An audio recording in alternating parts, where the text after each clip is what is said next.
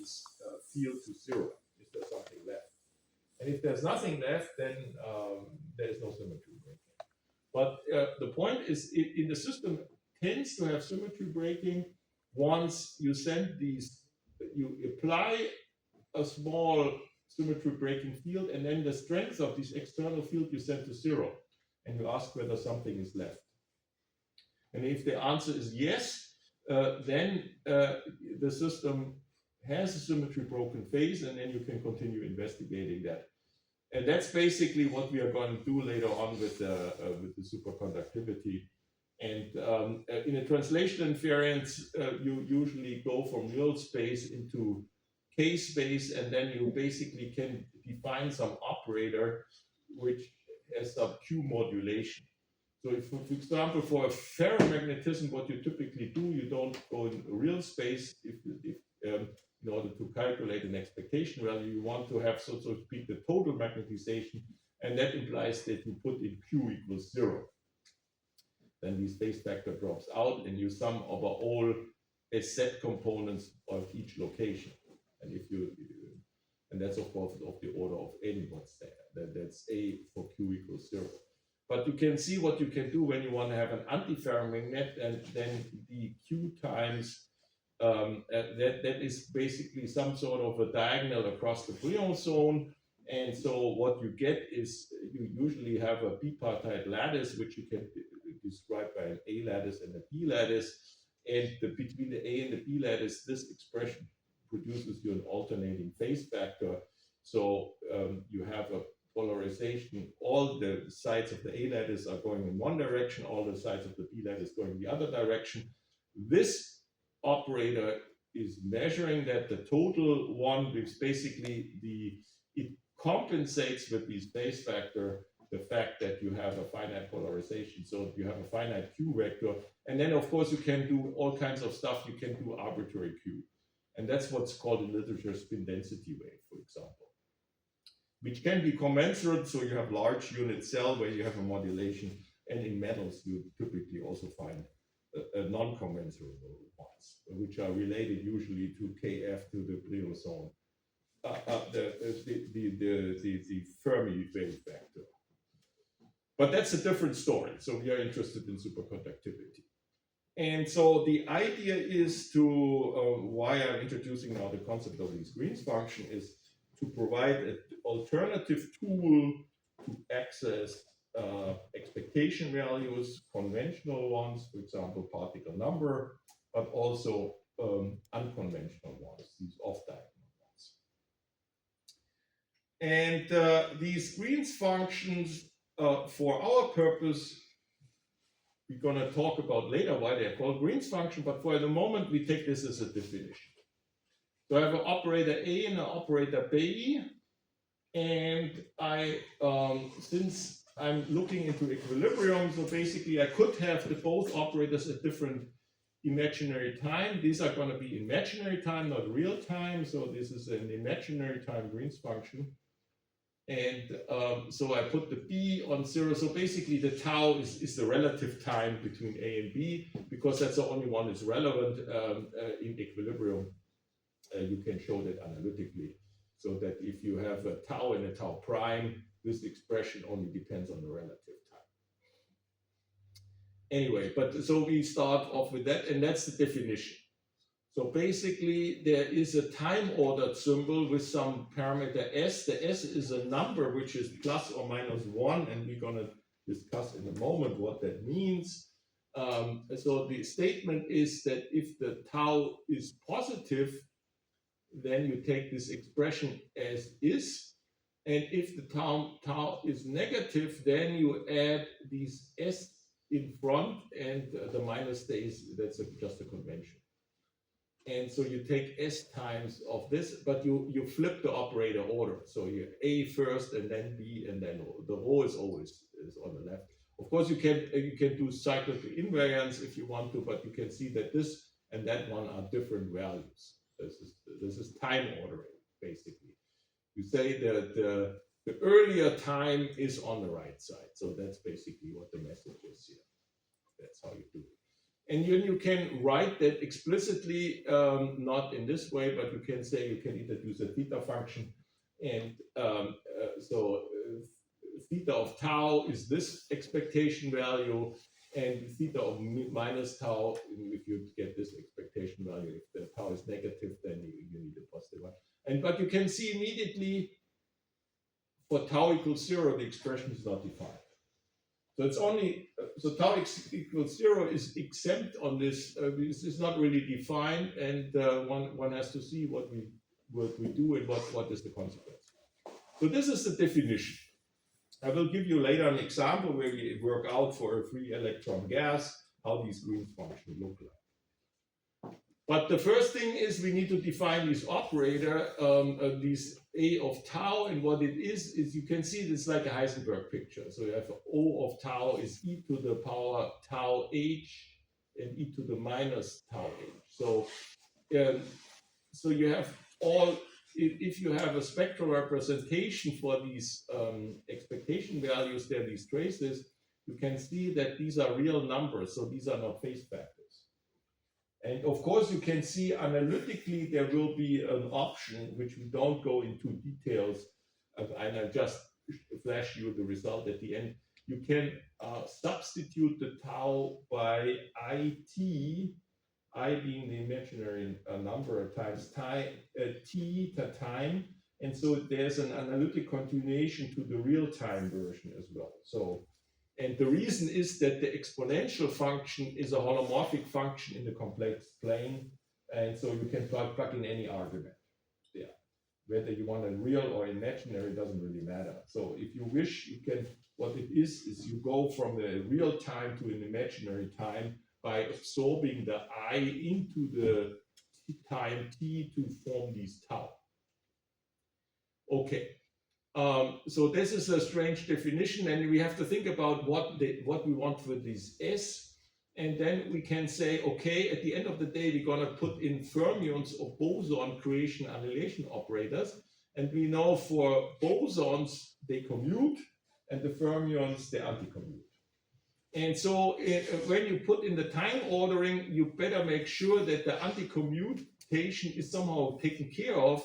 And that's why you select the S is equal -1. So there's a sign change picked up when we're talking about fermions, when these A and B, but the definitions are identical. So, and since we need bosons and fermions for the superconductivity, it would be, the bosons are the phonons, which we're going to discuss briefly. In the final theory, they're all gone, but some sort of intermediate step, it's useful to have them.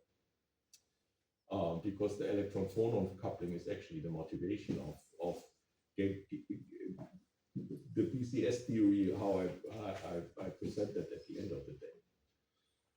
And so then you can ask yourself, what's about this tau? Do we want to have them arbitrary? And you can see already from these exponential, the energy, the H has some energy spectrum. There's a ground state energy, and it goes up in energy. And in doubt, there is a density operator which has the beta in there. But if you want the tau to be arbitrary, if you send tau to infinity, then you see that this expression doesn't exist. So because of these prefactors, usually what can happen is that the whole expression diverges. That's what we don't want. So you want to have something finite. And so the convention is to say, okay, we're going to do a restriction. We define these creatures here with the restriction that these tau is smaller or equal to beta. So beta is the inverse temperature. And otherwise, there's a convergence problem. And so we have this restriction. And so now you can ask yourself, why do I introduce that? You can see that from the definition here. I can get the two expectation value out of one. I basically have one creature, these funky Green's function, which are defined here. And I get for free basically two expectation value, the expectation value of A times B and the expectation value B times A. And the one thing is what if I want A times B, I take this guy, obviously, and I can see I need to have the tau needs to be positive, but the time evolution needs to drop out. So what's the solution? I have an infinitesimal tau, which is delta, and set the delta to 0.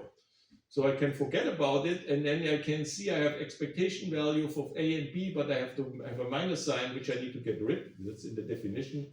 So the answer is that the A-B expectation value is minus the Green's function at the positive delta, and I send the delta to 0. Yeah? Is it physically important that the positive S corresponds to the bosons? Because on the sheet that we have to deal with, we had the same definition for the Green's function, but an inverse definition for the S. Is it physically important or just convention? No, that's important that it has to be this way, or is there an error? So the boson, you have to see whether there's a plus in the definition, but the definition, there was a plus sign, there was the same definition, but S for... Yeah, we had the same definition for the Green's function, but we were told that S equals -1 is bosonic, and S equals 1 is fermionic. No. Okay. So there must be, okay, then I have to look it up. I talked with the TAs, but you can see, I mean, that's the question, whether you put you have to look at the definition here. But the point is that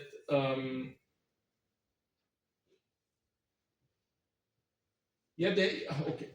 Oh, I have to be careful there. I can't remember but it's also the imaginary time Green's function. Yeah, okay. Because the problem is when you do the analytic continuation, then you pick up a sign change, and in the real time that it flips, and so there one has to. It comes out of the same thing, but you can derive it. But there is there's basically for fermions you have a commutator, an anti-commutator in real space, and not a commutator like this one here in real time. And so maybe there's some confusion, but I have to look it up. But good.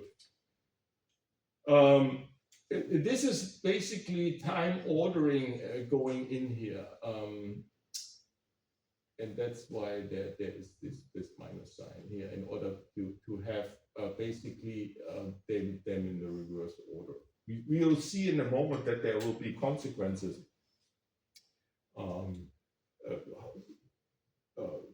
Once we do stupid basically math there, and you can see at the end of the day there's a consequence that it gets out, you get the right answer. The Fermi function and the Bose function drop out automatically. That's the interesting thing, and we will talk about it in a moment. What I draw attention again is that this convention is you restrict that on a finite interval from minus beta to plus beta because of convergence. And once you do that, then of course you can artificially make it periodic.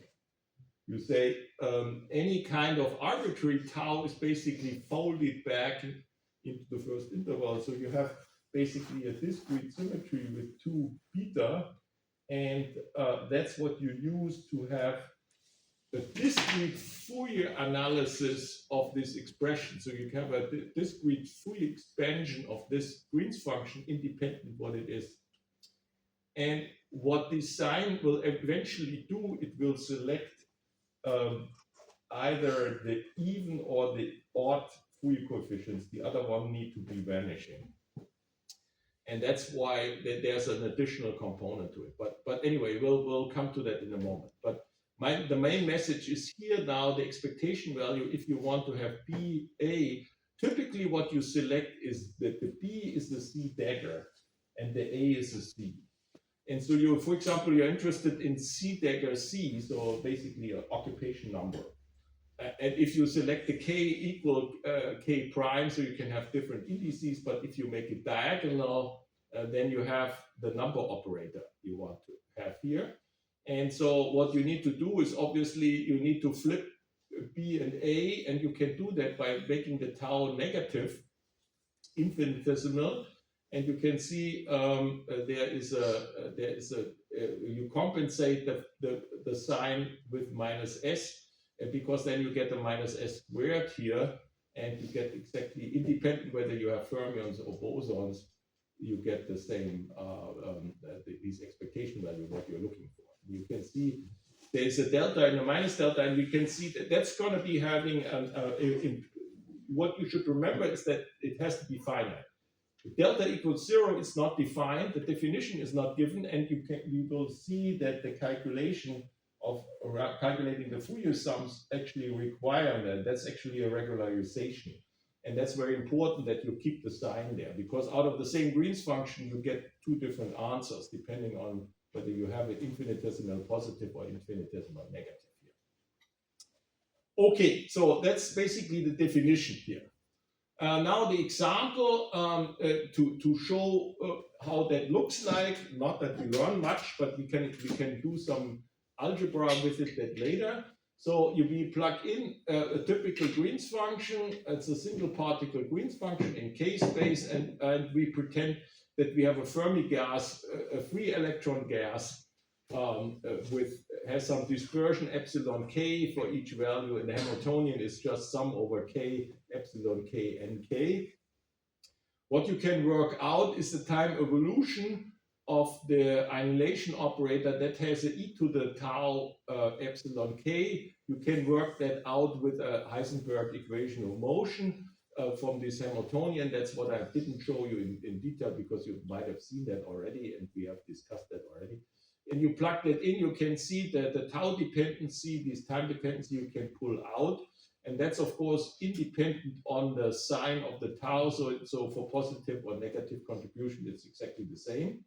The only thing is what you get is a trace of C dagger or the trace of C dagger C. And this is what you can work out with. That is 1 minus the Fermi function, and that's the Fermi function. So that's what you get here. Okay. So, and you can see already, you can read off then the occupation for infinitesimal tau is given by the Fermi function here. That's encoded in here. And the Green's function itself has a little bit of a dynamics. So it has an occupation, and it has a time evolution because it has this elementary excitation in these toy model. In more complicated problems, it's getting more complicated, but basically you can see that in the free theory, it's very simple, and it looks like that. Okay, and then we can do these two cases. Basically, then you do the analytic of these Fermi function, and that's I pick up this discussion from the previous one and this example by basically saying that here for positive it's not a problem. For where you have the energy epsilon is larger than 0, because then it basically means that that this exponential factor here is going to be convergent in both ways. So that's not a problem. But if the tau is negative, if you send it negative to infinity, then this expression diverge, and so you have a problem. And you can do the same thing by the case of the energy smaller than 0, or smaller than the chemical potential. The energies are measured relative to the chemical potential. Of course, here in this case, tau larger than 0 is a problem, because then this expression diverges there.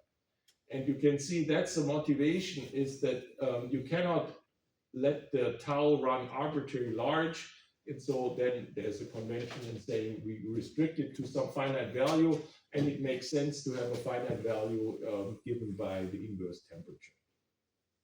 So that's the convention again.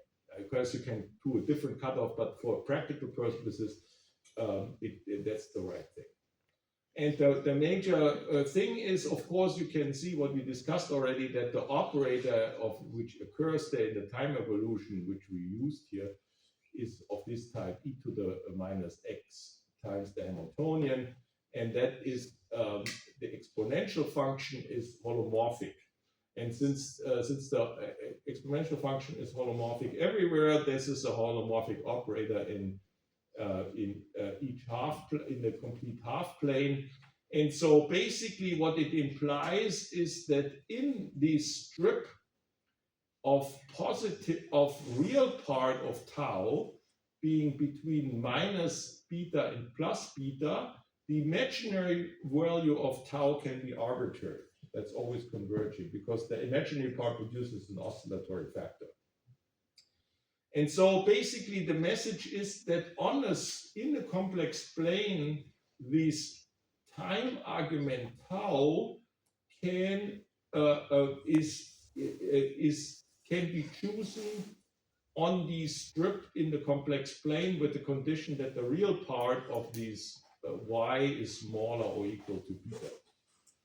So that means that the imaginary part can be arbitrarily large, minus infinity and plus infinity, and you can see that this is when you do it, going back to the real time, that you want to run the time arbitrarily long, and you can do that. So there's no restriction. You can use the same definition.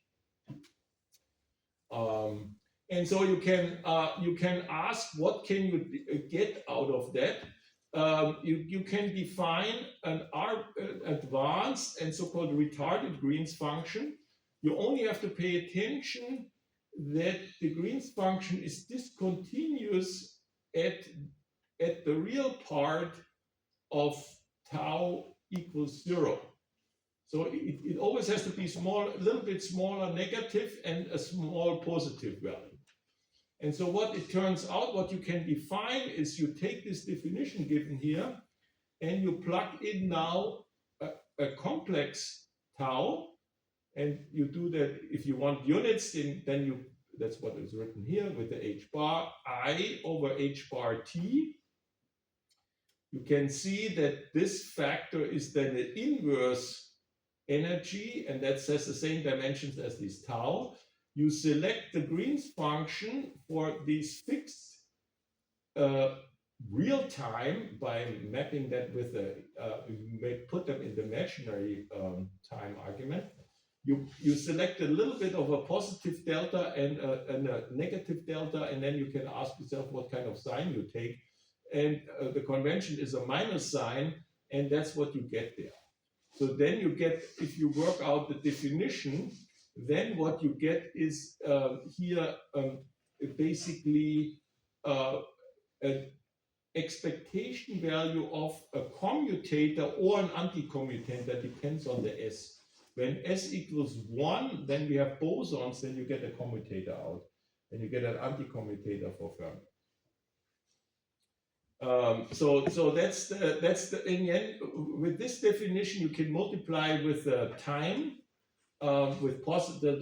This is only positive time. That's basically forward propagation. That's the retarded Green's function, and then you can multiply it with minus t in the argument of the theta function, and then you get the advanced Green's function. So you, out of this expression you get two contributions, the advanced and the retarded Green's function.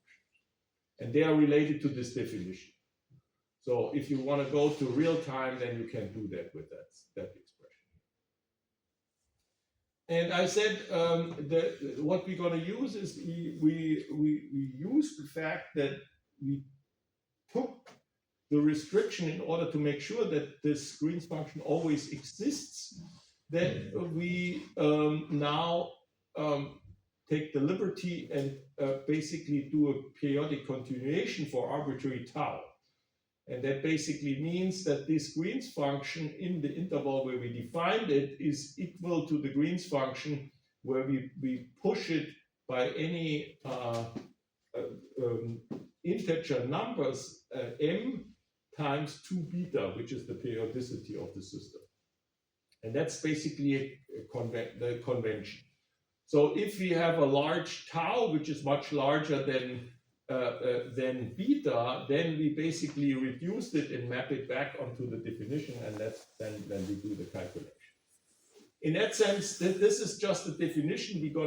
That's not used in practice. That is only used as an argument, basically to argue that because we demand that, is that we can make a discrete Fourier decomposition of this. In terms of some frequencies, we know what the frequency is going to be like. There's going to be a 2 pi, and the interval on which the periodicity is 2 beta. And so we have discrete values, and the k runs from minus infinity to plus infinity, all elements of Z. And then there's a convention. Then there is the minus sign. You can put the plus and the minus sign. The convention is that's what we're going to use, is the minus sign here. And then we have an expansion coefficient, which depends on this k. So that comes out there, and this is a convention here. And that the 1 over beta, it's not clear why it's the 1 over beta. Will be clear in a moment why that is, and it makes sense from the physical dimension, because this expression, thinking about an expectation value of a C and a C dagger, then you can see that the dimension of this G will be 1 over energy. Because 1 over energy times 1 over beta is a dimensionless quantity, and you sum over dimensionless quantities and you get something dimensionless out. But there's a different reason why there's a 1 over beta, we will see in a moment. And so the frequencies are 2 pi over the period, and the period is 2 beta, because it goes from minus beta to plus beta. And of course you cancel that, and then you have a multiplicity with this k. And so these are the frequency which occurs here. Okay. And that just comes out of the definition. We haven't made use of anything here. And so what I don't show, you can work out by the definition. You plug that in. You can show these identities. You can ask if you shift the tau by beta, basically you make the argument negative for a positive tau. And then you can see from the definition, you pick up an S there. And you can do the same going from negative tau to positive by pushing it up to a plus, then you pick up an S. Otherwise, you use rotational cyclical invariance of the trace. So the calculation to get these identities is not very difficult. That's 2 lines. And it's very simple. It's just for the your definition of the trace and the definition of the operators. That's all there is in there. And the fact that these time evolution goes with the same operator as the density matrix. It's e to the minus beta h. You can see that's why it's also limited to beta, because you can get this periodicity. And that tells you the following. So there is a relation between positive and negative tau, and there's an additional symmetry depending on whether we're going to have big bosons or fermions, and in this definition it comes with the S. And so that implies this general Fourier decomposition has another restriction, because you need to fulfill this property, which goes on top of that. So this Fourier expansion is using just this artificial periodicity, and this is a property of the definition. And there we found out when the S is equals to -1, in order to fulfill that in this Fourier expansion, that requires that you are not allowed to take all Fourier coefficients. You can only take the odd case, because they are producing the odd case. If you plug that in, you can see that there's a phase factor of -1 introduced for sure. And so with all these Fourier coefficients, and that gives you the minus sign, the -1 sign. And with the bosons, it's the same. Basically, what the message is now, these Fourier coefficients, which you sum mathematically, all of them, they are basically 2 categories. There are even numbers and odd numbers, and the even numbers belong to the bosons and the odd numbers belong to the fermions, just because of the convention we introduced before. Okay, and then you can work out, because of this symmetry, you don't have to integrate between minus beta to plus beta. You use the symmetry and you can map that coefficient by integrating over just the positive one, because the negative one included. There is no additional information. And that's true for bosons or fermions, because the sign, how they are related in a negative or positive sign, that's taken care of by the k values, which are allowed here. And so you integrate over even and odd k values in this Fourier expansion here to get the coefficient, the Fourier coefficients which enter in this Fourier decomposition. So far, so good. So that's all. That sounds kind of weird. It's mathematical stuff. But the interesting thing at the end of the day, the right physics comes out. That's the cool thing of the whole thing. So okay, so that's the discrete Fourier series. That's just that's the restriction. That's just proving the restriction. In plugging in this argument in the Fourier series, you can see you get this shift there. And if you put that in, you get from these fixed tau, from the tau gets the right oscillatory factor, and you pick up a beta times the frequency, and the frequency is pi k over beta. And so you can see the beta is canceling out. And then what you want is you want the S coming out there. That's the demand here, which comes from the elementary symmetries of the thing. And then you can ask, this factor has to be universal and has to be S. And that's you can find out that you want a -1 for fermions, and that means that this factor here, e to the minus the k pi, has to be -1, and that's only possible if k is odd. We have the restriction, and that's basically what I was talking about in the previous one. And that's the explicit use. It's using this elementary condition to derive these properties. And we didn't derive that property that comes out of the elementary definition of the Green's function, but once you have the property, you can plug that in the Fourier expansion, and then you can figure out that there is an additional restriction. In order to fulfill that property, you can only have, for fermions, you can have only the odd Fourier coefficients. The even have to be vanishing, and vice versa. So that's the message there. And they have a name.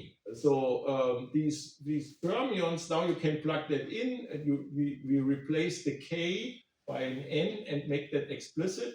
2n plus 1 times pi over beta.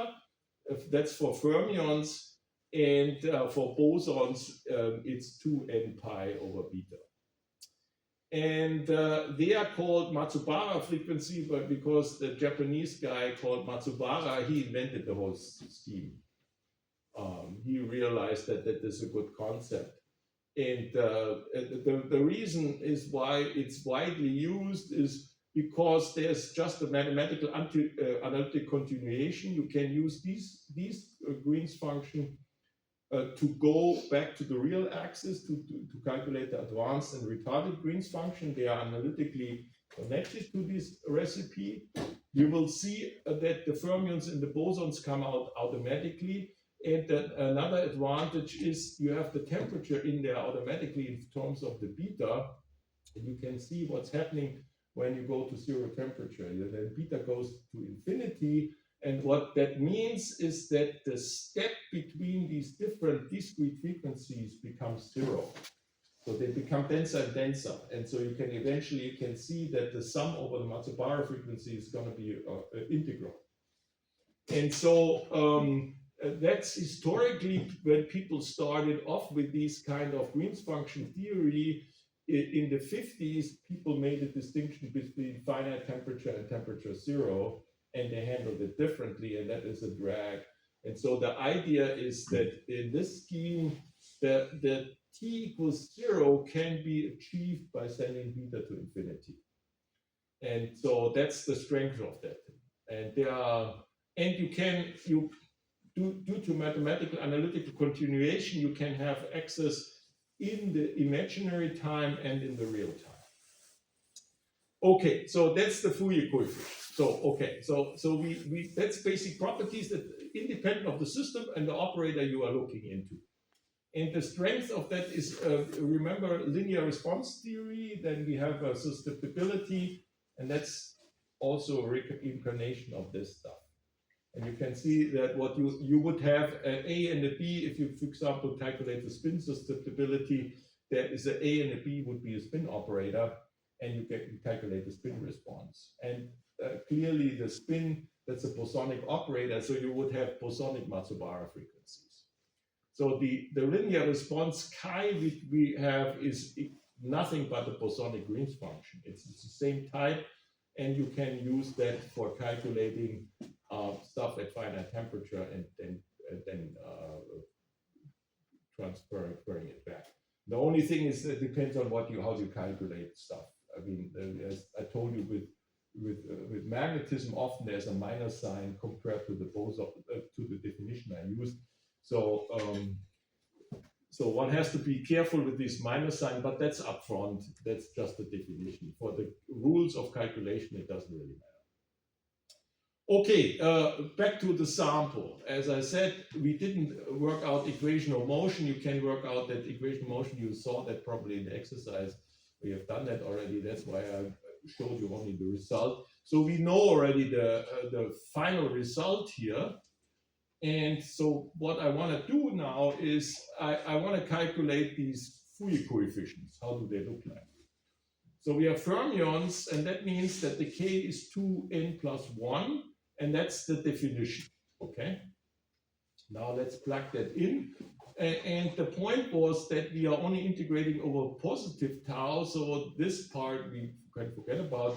It's only the 1 minus the Fermi function, and with the minus sign here is relevant.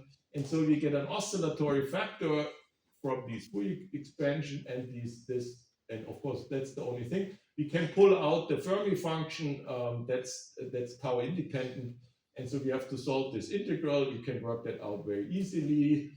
So you get a I omega k minus epsilon k, where these k's are different, of course. Has to be careful, but you get that. This is the exponent here by combining these two. And you need to evaluate it at beta and at 0. 0 is simple, that there is a 1 giving here, and with the beta, you plug in the beta here. And so in the end, you factorize this exponential. So you have these two terms. And then you can see, this we discussed already, e to the I omega k beta, independent of the k, is nothing but just the phase. Yeah, what is the phase precisely? Independent of k? Almost 50-50, minus 1, because it's a fermion. That's what we had in the previous one. Remember that was the requirement for a fermionic Green's function, that it fulfills the symmetry.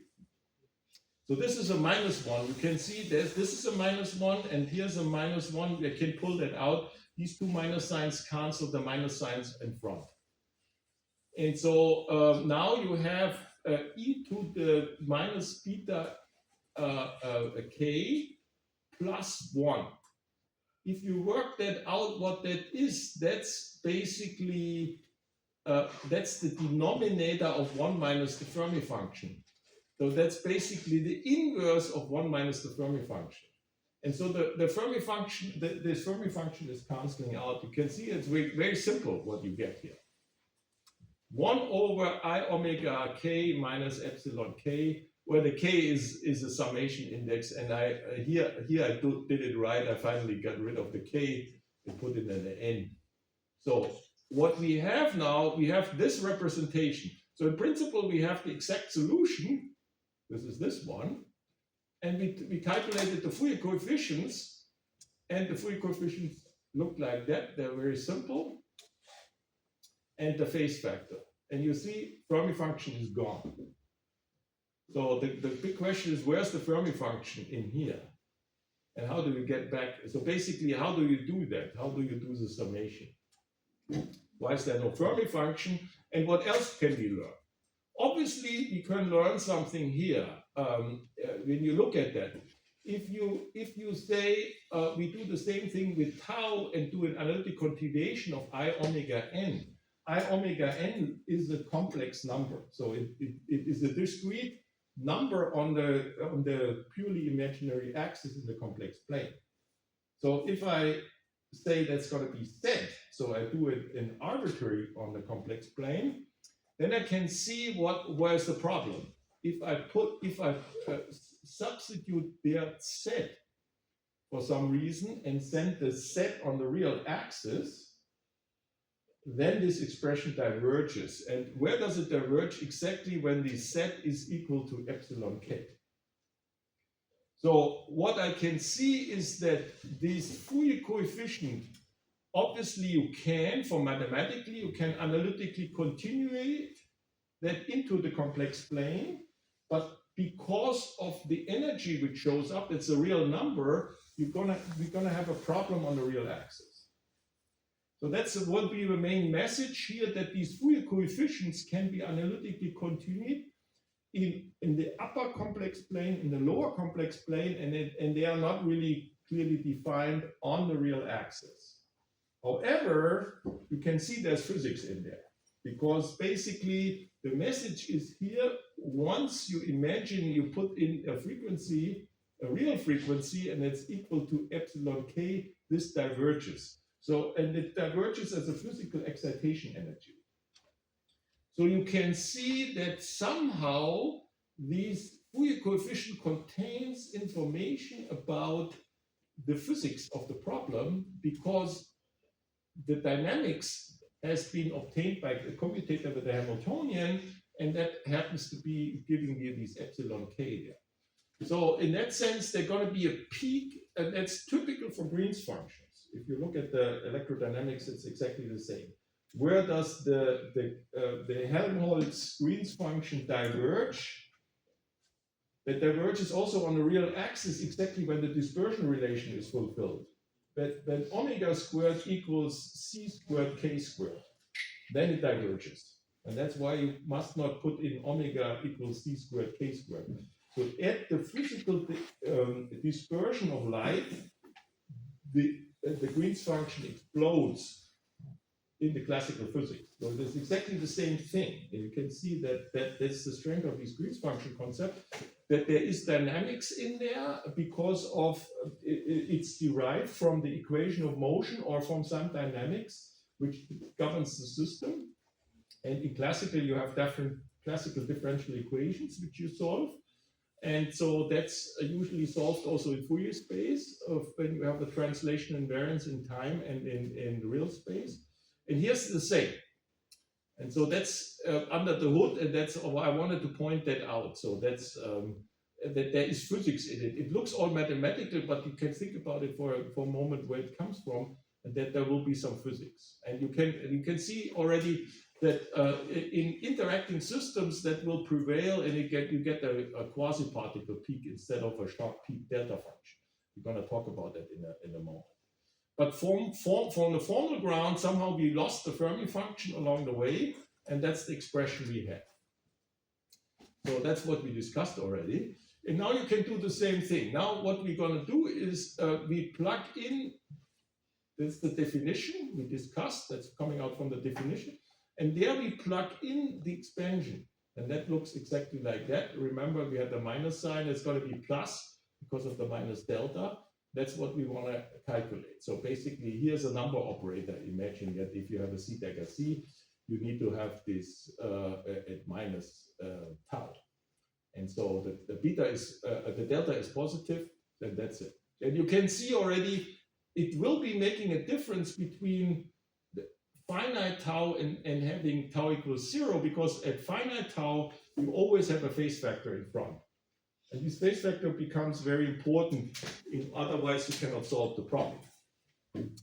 Okay, so now the question is, if we have something like that and don't know the answer already, how do we solve that and what do we learn from?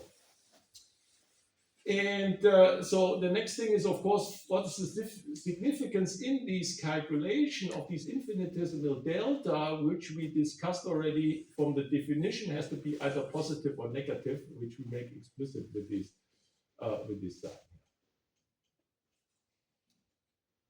Okay, so let's go for a moment here in this definition.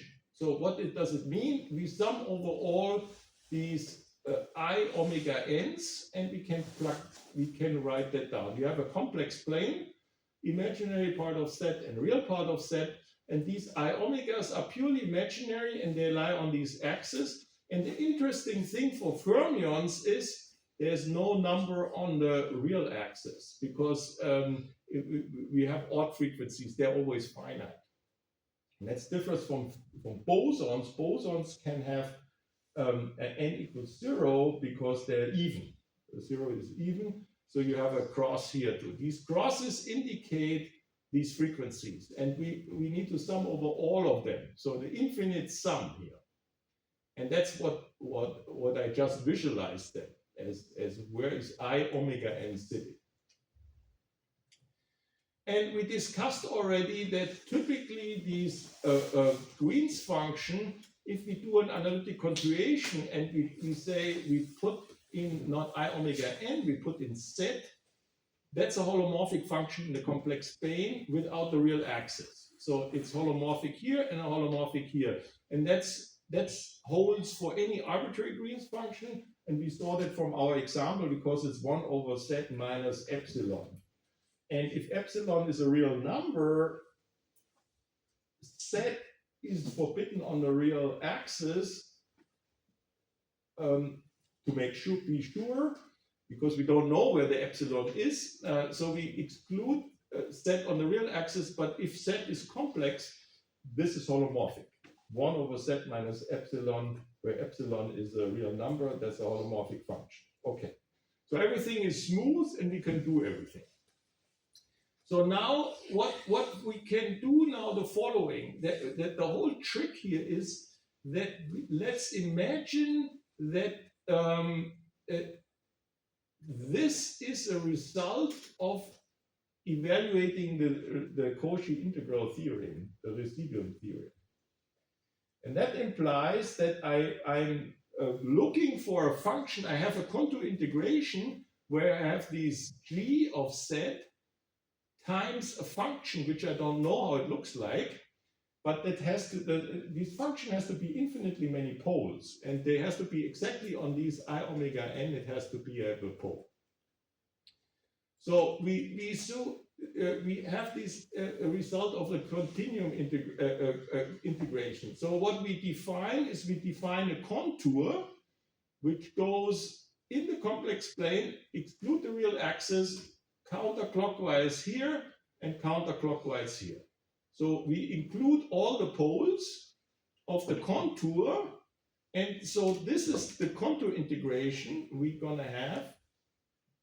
And so in that sense, I'm writing minus the contour because I'm gonna turn it around in a moment and then put a minus sign in there because then it's the correct contour.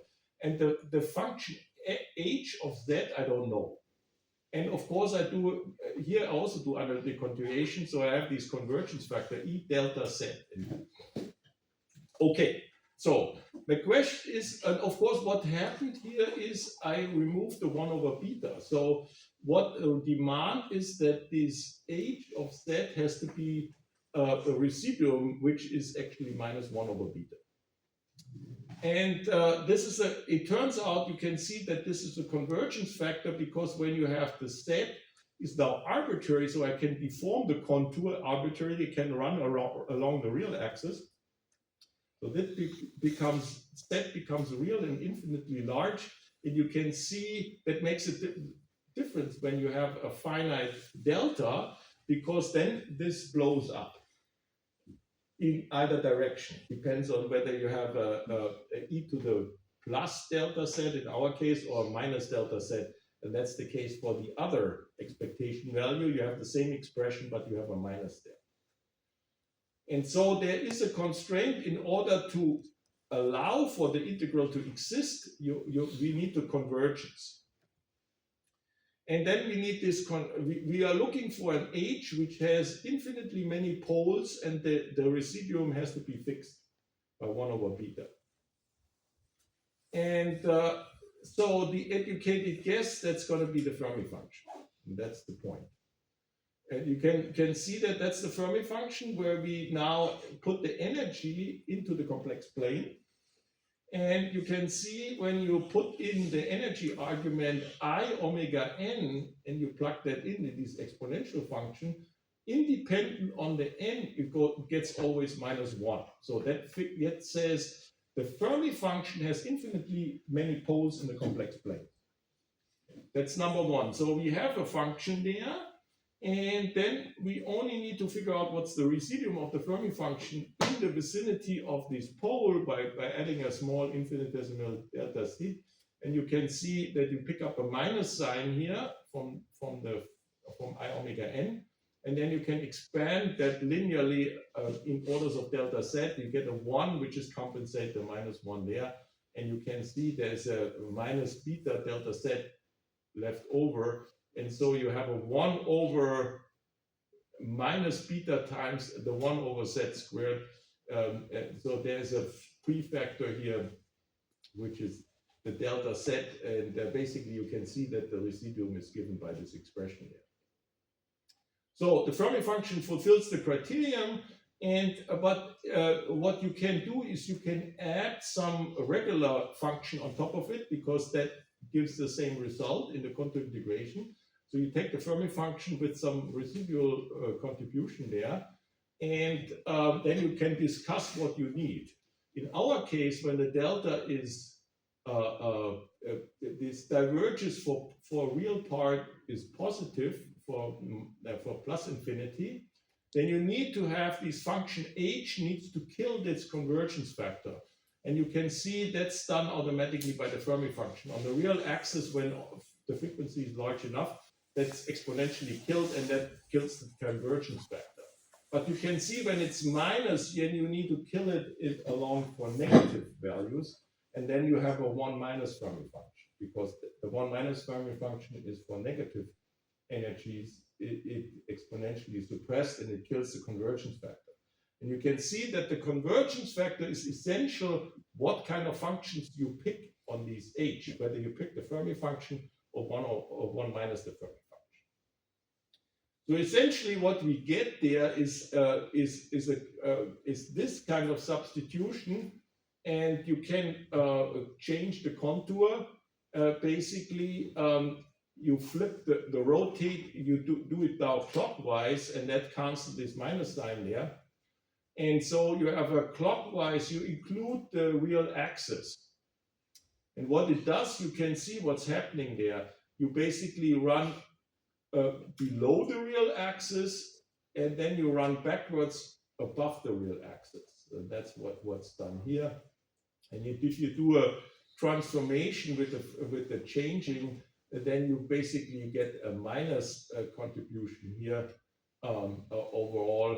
And then what you can do is you can, once you have that, basically this convergence factor is important to select the Fermi function or 1 minus the Fermi function, then you can combine that. Basically, you have a Fermi function times this expression by combining these two values above and below the Fermi energy, but before the real axis, I mean. And so what the statement is, the expectation value is given by the integral over the Fermi function of this expression. And you can see what's happening there. What you calculate is the jump, the potential jump of the Green's function across the real axis. If it's continuous, that expression would be 0, and the expectation value would be 0. But it isn't. What you can do is you can define this prefactor, and you can see when the 1 over 2i gives you an imaginary part of this function, and you normalize it with pi, and then you get what is the convention is there's a spectral function. This is this rho of a of omega, a b omega. That's the result here. And so the spectral function, so what is the interpretation after this lengthy mathematical ordeal here? That basically says we can define a function which we define as a spectral function for that operator A and B combination. And the statement is all frequency of the spectral function contribute, and each frequency is contributing weight with the Fermi function. So instead of having one particle or one excitation giving you the Fermi function, it says you can, in this general formulation, that's all frequencies are contributing, and you weigh them with the Fermi function, and you get a distributed weight here. And of course, this spectral function has to be normalized. We will see that in a moment. Okay, so now you can do the same thing. We do it only short with the same, with the minus sign, with this expression there, and with the same divergence. And it turns out that it's 1 minus the Fermi function if you work out the math right. So you have the expression exactly that's mirrored, and that has to do with this convergence factor. So the line of arguments, the integral has to converge to exist. You know that the sum exists because otherwise this expression makes no sense. And so that's a constraint, and you get out this expression. So I don't go into detail. So that basically means that you have a spectral function, and you count for these C dagger, you count the unoccupied state. And that gives you this expectation. And of course, that's what we have now, and then we can do something very powerful here. We can see, independent of what these operators are, we can derive a spectral sum rule for the fermions. For the bosons, it's the same, but they picks up a minus sign. So in this case, you add these two expectation values, the AB expectation value plus BA. That's basically the expectation value of the anticommutator, and you add these two pieces, and you can see the Fermi function is dropping out. So what you learn here is that independent on the dynamics and whatever the system is doing, if you integrate over the spectral function from minus infinity plus infinity, it's going to be the expectation value of the anticommutator between the two operators. And that's very powerful. If you think about the C and C dagger operator for K and K prime, because that anticommutes, you get a 1, or to be more precise, if you have K and K prime, you have a delta K, K prime. And so you see when the diagonal ones, the sum rule of the spectral function, independent on what you do there, has to be 1. It's coming from the operator identity, because the expectation value of 1 is 1. And so that implies that you can gauge if you cannot solve the problem exactly and you do some perturbation theory and something weird, and you goof off with the density of these function, and you come up with something wrong, you will see that already on the integral level, usually the integral will be not 1. There's a 1 plus something, and then you know that you have done something wrong. And there are approximations people do, which actually gives that, and you can see that these are so-called non-conserving approximations, and they are questionable. So that's a gauge, basically. It's a universal. You can do that for everything, and that's also true when you have bosonic operators. The only thing with bosonic operators, they're going to be the commutator in there instead of an anticommutator, and that has to do with the minus signs, and there will be not an F, but there will be G's in there. There's a Bose function entering there. Because you can do the change field if you take the even Matsubara frequency, and you can figure out that the Bose function diverges and the even one. So the Bose function has poles on the even Matsubara frequency. You can work that out. So basically, I'm only showing you the fermions, but the bosons work exactly the same. So then we encountered already the spectral function. In order to get a little bit of understanding, I could go back and we can look at the spectral function from our problem, which we discussed already, this free electron gas, where we have the Green's function, and we have the Green's function there, and also in the complex plane, we can work out the spectral function. But let me do that more general, and then come back to the example there. And so in order to have some sort of a general expression, let's pretend we can solve the Hamiltonian. We have a Hamiltonian H, and we can solve it. So we have a set of eigenstates. They're called M, and there is an eigenenergy EM. Okay. And remember that that was the expression for the Fourier coefficient of the Green's function. We integrate this guy here. And you can see already that we discussed already lengthy that the tau is positive. So we only need this part of the Green's function. And you can see at the moment there's no difference between fermions and bosons. The only thing is which K you select, even or the odd one. Otherwise, it's exactly the same. So that's why we can do the calculation the same. So what we're going to use is we use the complete basis of these eigenstates of the Hamiltonian to calculate the trace. And that's the sum over M. And so the density operator becomes then a density matrix, which is diagonal in these eigenbases. So it says e to the minus beta em, and the partition function is independently pulled out. And then we also put a completeness relation with m in between the operator a of tau and b. And so you have nbm, so you have a matrix element.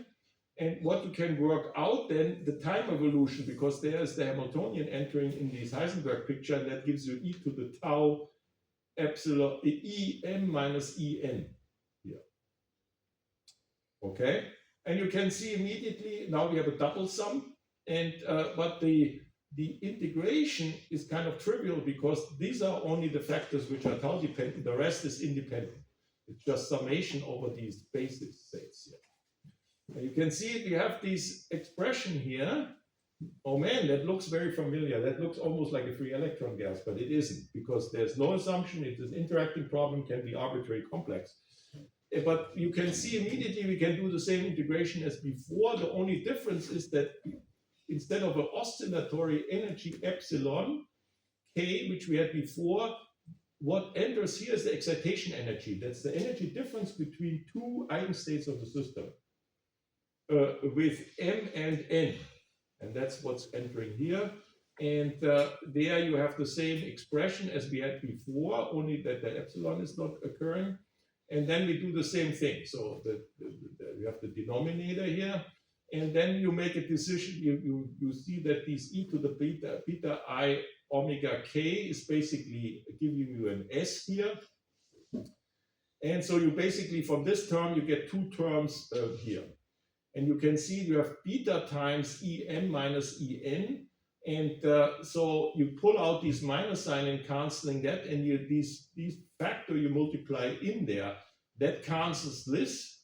And in this one, it generates an e to the minus beta em. That's the first factor, because this minus sign is canceling that one. So you flip here the order, you pull out here a sign. And the second one picks up an S from this base factor. And then in this case, you get a Boltzmann factor e to the minus beta epsilon en. And the rest is the same. There's basically what you can see is the matrix element. It's like an excitation. You start from a state M and you add the operator B and you get an excited state. And you can see already when you have a particle number operator, the B is a creation operator. So this N state has to contain one particle more. So it's a many-body excitation. You put a single particle excitation in here, and then you remove it again with this operator. And these matrix elements, the weight, how the excitations work, that's encoded in these B and A, and whether these excitations are possible, that's encoded in these N and M's, because here they run over the complete basis. And that's the final expression. And so that's the so-called Lehmann representation here of these Fourier coefficients. And then we do the same thing as we discussed before. We say instead of having that along the complex plane axis, imaginary axis, we do an analytic continuation to a set value. That means that I omega k becomes set here. And the symmetry, whether we have a boson or the fermions, that's encoded only in the S here.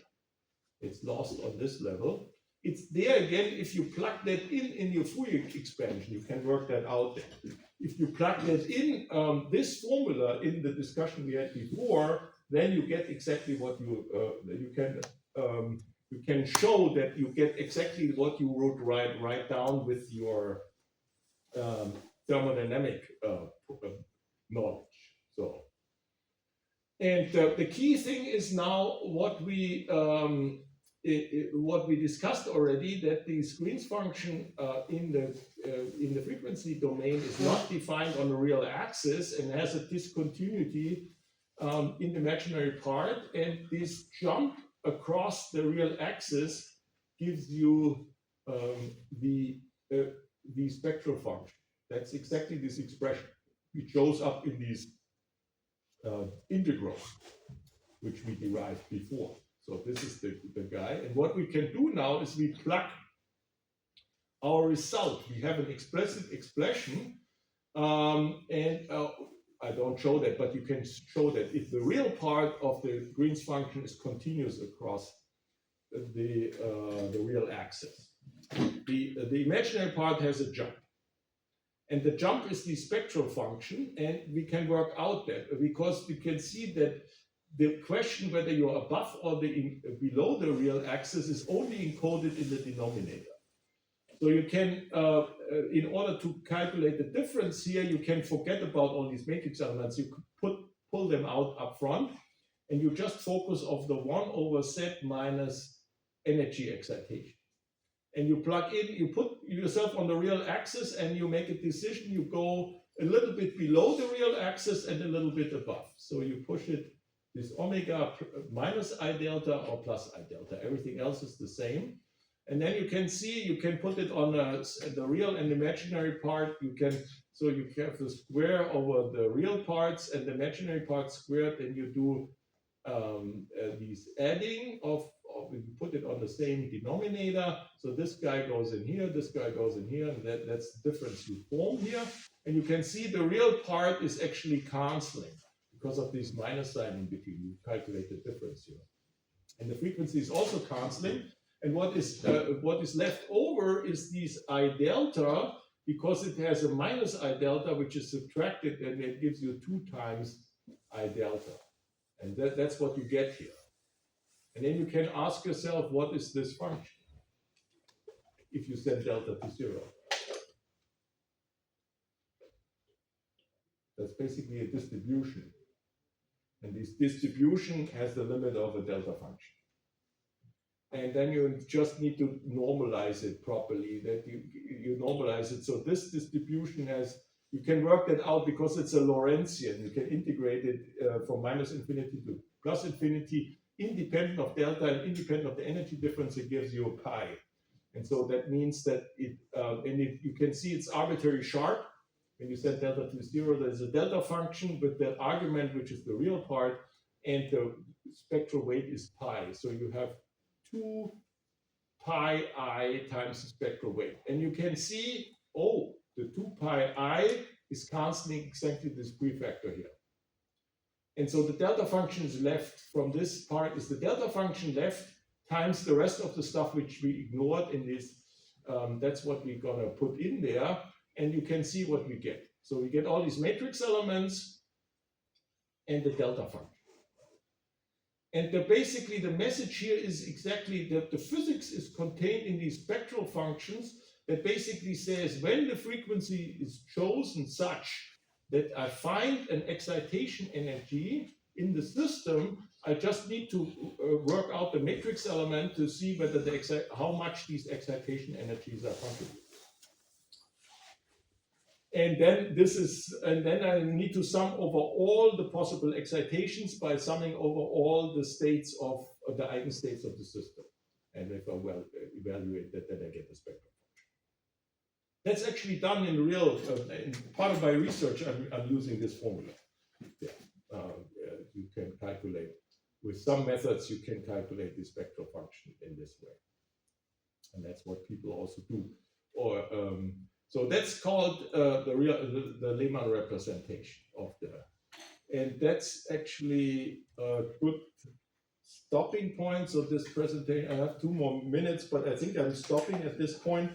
And I don't start the second part. The second part of it we'll do then next lecture. That's on Thursday, and there we can work out. You can see immediately when we look back here what with these representations, what we get in the case of the spectral function we had before,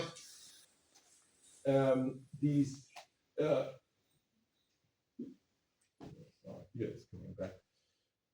Remember where we had in the Green's function we worked out, all these factors were gone for the free fermions. Basically, there is a contribution which is canceling with Z. One can see that explicitly. We had a Green's function which just had 1 over Z minus epsilon k. And if you work that out, in this case, you can see that this excitation energy is exactly this En minus Em. And so you get a delta function out of that.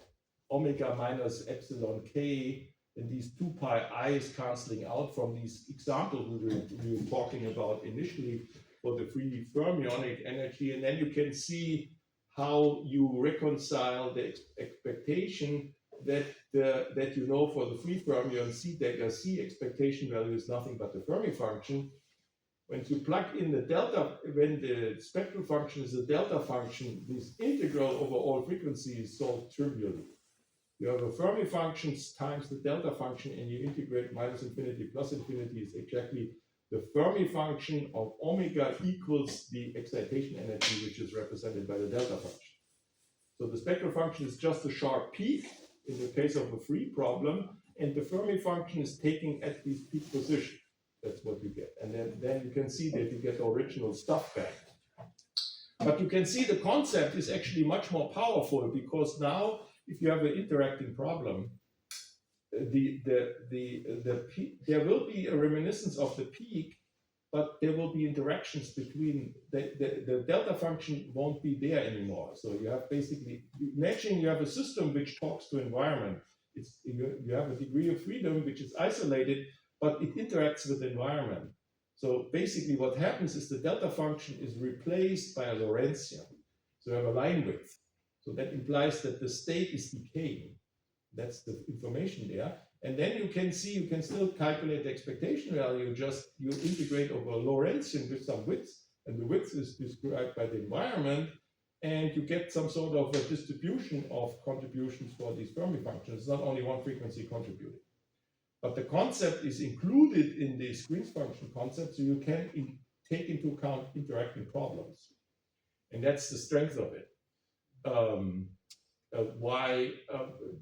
But you can see the elementary stuff by comparing these general formulas and applying to the free electron gas, what we did before. But we will pick up that on Thursday. So thanks a lot, and